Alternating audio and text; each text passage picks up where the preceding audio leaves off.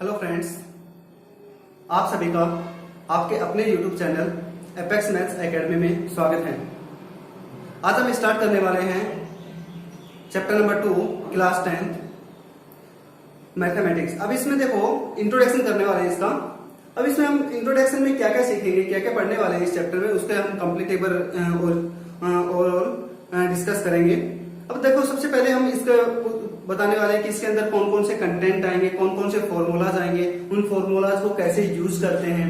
Okay, और फिर इसमें हम बताएंगे कि कौन कौन से ग्राफ्स आते हैं, ग्राफ में कैसे इसके जीरोस फाइंड करते हैं। इन सभी के बारे में हम आज डिस्कस करने वाले हैं। तो पोलिनोमियल में देखो सबसे पहले पोलिनोमियल से पहले कुछ स्टेप्स बताना चाहूंगा मैं, जो हम 8th 9th क्लास में पढ़ के आते हैं। देख मीन्स यहाँ पे पोलिनोमियल से पहले आते हैं मोनोमियल, बाइनोमियल, ट्राइनोमियल, फिर उसके बाद में आता है पोलिनोमियल। सबसे पहले मोनोमियल की बात करें तो मोनोमियल क्या होता है? मोनोमियल वो जिसकी ओनली सिंगल टर्म हो सिंगल टर्म्स। देखो इसकी स्टेप की, जैसे 3x हो गया, 5 हो गया, ओके 100x हो गया, 100 हो गया। इस टाइप की जो होते हैं उसको क्या बोलते हैं? मोनोमियल बोलते हैं। मोनोमियल जिसकी ओनली सिंगल टर्म हो। बाइनोमियल का इसका नाम से पता चल रहा है, बाइनोमियल का मतलब क्या होता है? जिसके टू टर्म्स हो। Two terms that means 2x + 1 हो गया, ओके 3x - 5, 100y - 1। इस टाइप की जो इक्वेशंस होती है उन सभी को किस में कन्वर्ट करते हो रखते हैं हम? बाइनोमियल में। ट्राइनोमियल में जिसमें 3 टर्म्स हो, ओके 3 टर्म्स हो, इसमें 1 टर्म्स, इसमें 2 टर्म्स, ओके। और ट्राइनोमियल में क्या हो जाएगा? 3 टर्म्स, 3 टर्म्स। उसके बाद में आता है पोलिनोमियल। अब पोलिनोमियल क्या होता है? देखो ट्राइनोमियल के बाद में आएगा तो क्या होगा? More than 3 terms. पोलिनोमियल में क्या हो जाएगा कि मोर देन 3 टर्म्स। अब इसके अंदर हम क्या क्या पढ़ेंगे? पोलिनोमियल हमारा 9th क्लास में भी चैप्टर आता है,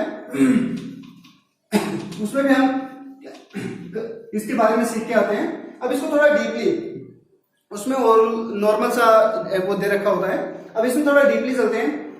अब पोलिनोमियल में हम सबसे पहले पढ़ेंगे क्वाड्रिक पोलिनोमियल, सॉरी क्वाड्रिक से पहले पढ़ेंगे लीनियर पोलिनोमियल। इंट्रोडक्शन सबसे पहले पढ़ेंगे लीनियर पोलिनोमियल।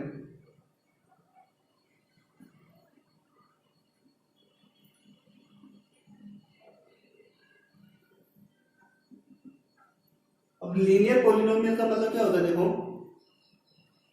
इसमें क्या होगा? लीनियर पोलिनोमियल में जिसकी डिग्री 1 हो, a polynomial his a degree of 1, a polynomial has degree 1 is called linear polynomial.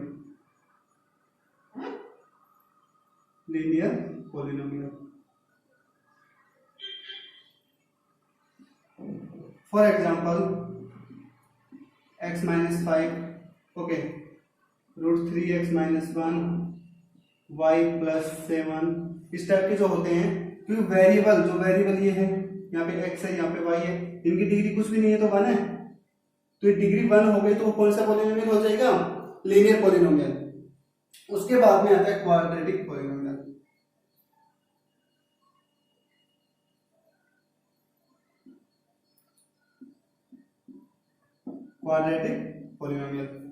Quadratic polynomial में क्या होता है कि जिसमें डिग्री 2 हो, ए पोलिनोमियल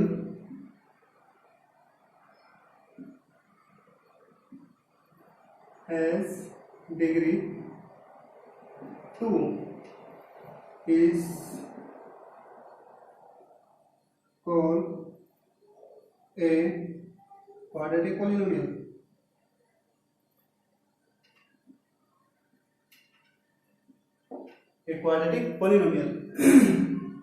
Example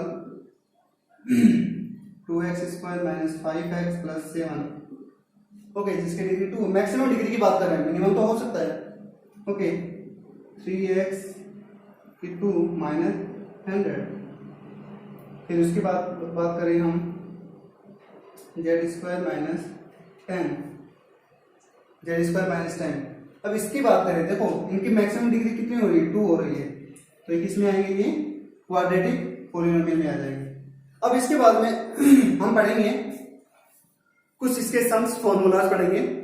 अब फॉर्मूला देखो कौन कौन से फॉर्मूला इसके अंदर यूज करेंगे। पहले तो जीरोस फाइंड करेंगे।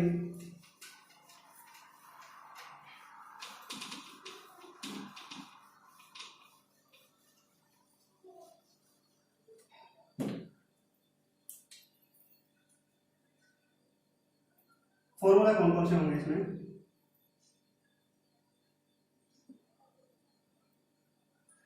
सबसे पहले हम बेसिक इसका वो क्वाड्रेटिक इक्वेशन लिखेंगे। तो क्वाड्रेटिक इक्वेशन क्या होती है, देखो ax² plus bx plus c equal to 0। Okay, ये अपनी क्वाड्रेटिक इक्वेशन होती है बेसिक। अब इसमें फर्स्ट फॉर्मूला कैसे बनाएंगे, फर्स्ट फॉर्मूला कैसे बनाएंगे, कंप्लीट इसको ऐसे डिवाइड करें, a से डिवाइड करेंगे तो x² plus b upon a x plus c upon a equal to 0। और इस फॉर्मूला को हम कैसे लिखेंगे, alpha plus beta x plus alpha beta equal to 0। ये फॉर्मूला आपको अभी समझ में नहीं आएगा, ये फॉर्मूला आपको अभी समझ में नहीं आएगा। जब हम इससे आगे जो दो फॉर्मूलाज करवाएंगे उसके बाद में आप इजी वे में ये समझ जाओगे कैसे होगा। देखो इसको हम अभी साइड में रखते हैं। सबसे पहले दूसरा, ये फर्स्ट फॉर्मूला हो गया। सेकंड फॉर्मूला क्या होगा, देखो sum of zeros, sum of zeros. अब सम ऑफ जीरोज, इसको जीरोज को क्या बोलते हैं, रूट भी बोल सकते हैं। तो सम ऑफ जीरोज को हम किससे रिप्रेजेंट करते हैं, अल्फा प्लस बीटा से रिप्रेजेंट करते हैं। अल्फा प्लस बीटा से रिप्रेजेंट करते हैं तो इसका फॉर्मूला क्या होता है, minus coefficient of x upon coefficient of x²। Okay, अब यहां पे देखना कोफिशिएंट ऑफ x का कोफिशिएंट क्या है, ये ओके, x का कोफिशिएंट ये तो तुम्हें पता ही होगा। चलो थोड़ा बैक में चलते हैं, ये बाद में समझाऊंगा। अब यहां पे देखो ax² plus bx plus c equal to 0, ये तो आपने पढ़ रखा होगा। इन सभी को क्या बोलते हैं, ये हुआ, इन सभी को दोनों को क्या बोलते हैं, वेरिएबल। और ये जो a ये b, इनको क्या बोलते हैं, कोफिशिएंट। ओके, अब इसके साथ में कोई वेरिएबल नहीं है तो ये क्या हो गया, कांस्टेंट टर्म हो गई, कांस्टेंट टर्म। ओके, ये कांस्टेंट टर्म हो गई तो वो क्या हो गया, ये अपना बेसिक है, इसलिए मैंने उसको स्किप रखा कि आपको इतना पता ही होगा, इसलिए मैंने साइड में बाद में बता दिया, याद नहीं रहा। अब इसको देखो minus coefficient of x b,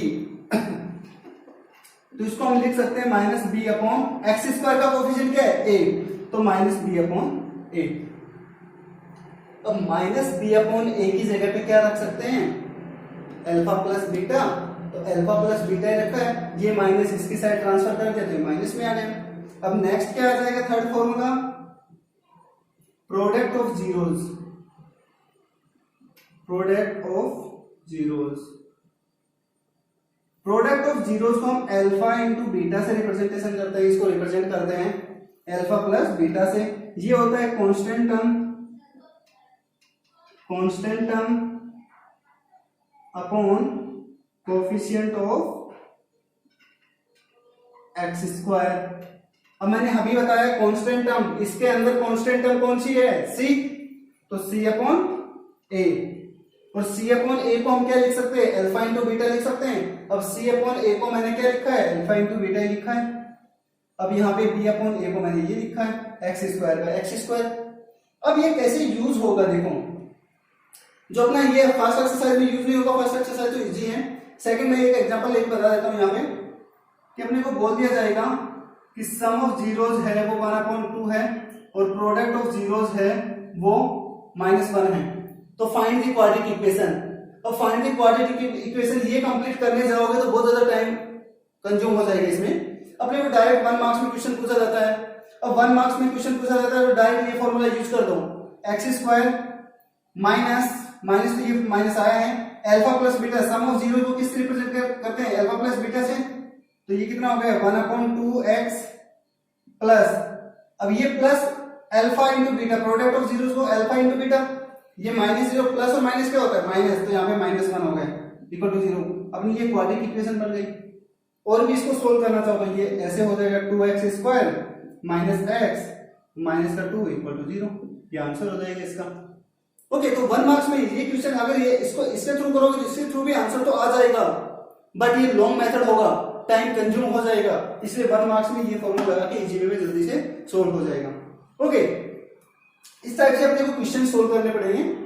अब आगे अपने को, ये तो क्वाड्रेटिक इक्वेशन थी, अब इसके बाद में आएगा क्यूबिक इक्वेशन, जो क्यूबिक पॉलिनोमियल होते हैं ना उनके बारे में। इसको स्क्रीनशॉट ले लेना। अब यहां पे क्यूबिक,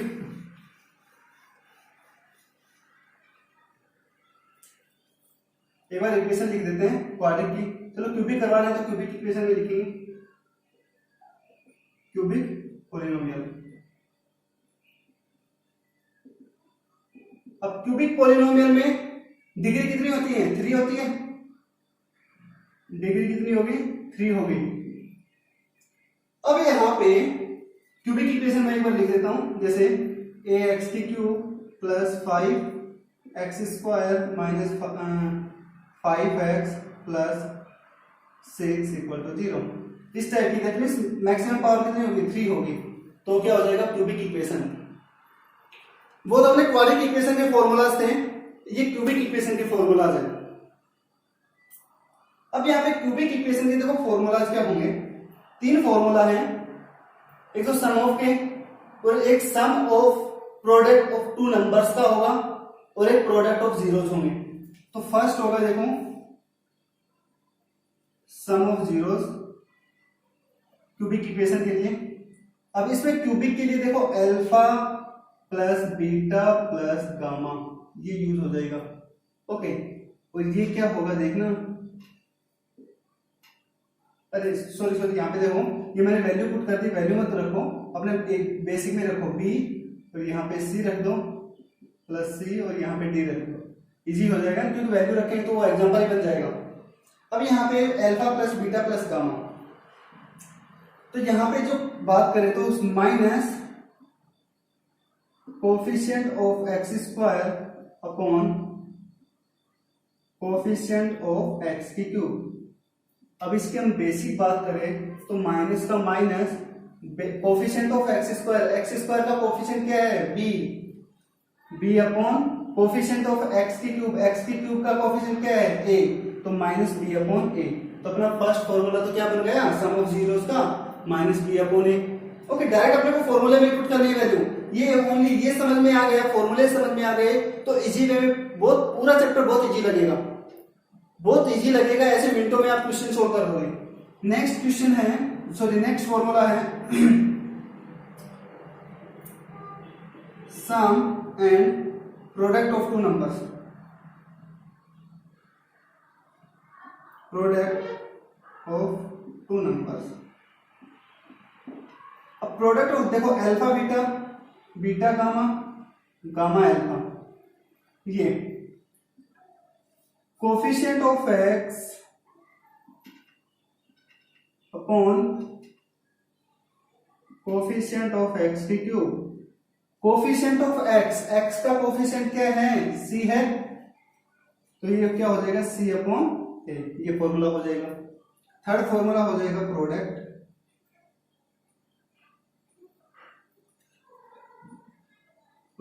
ऑफ जीरोस, ये सभी जीरोस फाइंड करने के फॉर्मूला है। तो product of zeros alpha beta gamma तीनों का प्रोडक्ट, ये क्या हो जाएगा minus constant term upon coefficient of x की क्यूब। अब यहाँ पे माइनस b अपॉन ये a हो जाएगा। ये तीनों फॉर्मूला क्यूबिक इक्वेशन के लिए अपने को यूज करने होंगे। क्यूबिक जब इक्वेशन सोल्व करेंगे उसमें जो एक्सरसाइज अपने 2.3 आएगी उसमें मोस्ट ऑफ द 3 फॉर्मूला यही यूज होंगे। ओके, अब हम स्टार्ट करेंगे, इसके बाद में हम नेक्स्ट वीडियो में स्टार्ट करेंगे चैप्टर्स के exercise wise. Okay, thank you, have a nice day. हमारा वीडियोस अगर पसंद आ रहे हो तो लाइक करें, शेयर करें और सब्सक्राइब करें।